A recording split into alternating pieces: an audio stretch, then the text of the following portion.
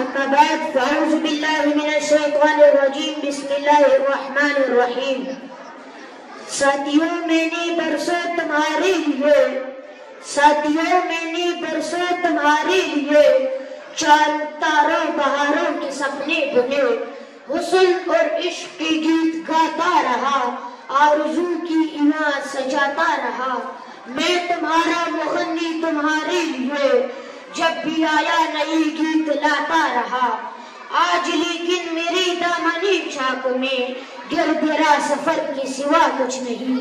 جناب صدر, معزز اساتذہ کرام اور میرے ہم مکتب ساتھیوں, 16 دسمبر کا دن جب بھی آتا ہے یہ اپنے ساتھ کئی دردناک داستان کو لے کر آتا ہے. 16 دسمبر کا دن جب بھی طلوع ہوتا ہے تو یوں محسوس ہوتا ہے کہ آج کا سورج روشن کرنوں کا سورج نہیں بلکہ ظلم و غربت کے اندھیروں کو لے کر طلوع ہوا ہے. آج کی سورج کی داستان وہ الناک داستان ہے جسی زبان بیان کرنے سے قاصر ہے اور جسی کان سننے سے عاجز ہے. اسی لیے مجھے کہنا پڑ رہا ہے, میری بربت کی سینے میں نغموں کا دم گھٹ گیا, میری بربت کی سینے میں نغموں کا دم گھٹ گیا. تانی چوخ کے انبار میں دب گئی اور گیتوں کی سر ہچکیاں بن گئی.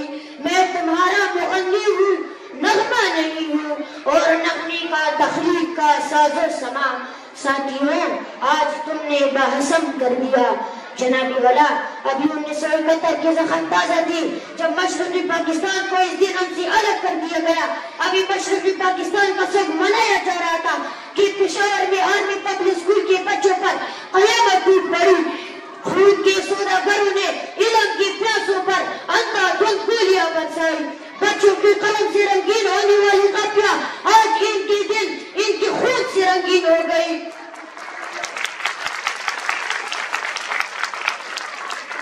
اور میں اپنا ٹوٹا ہوا ساز تامے سرد لاشوں کو انبار تک رہا ہوں.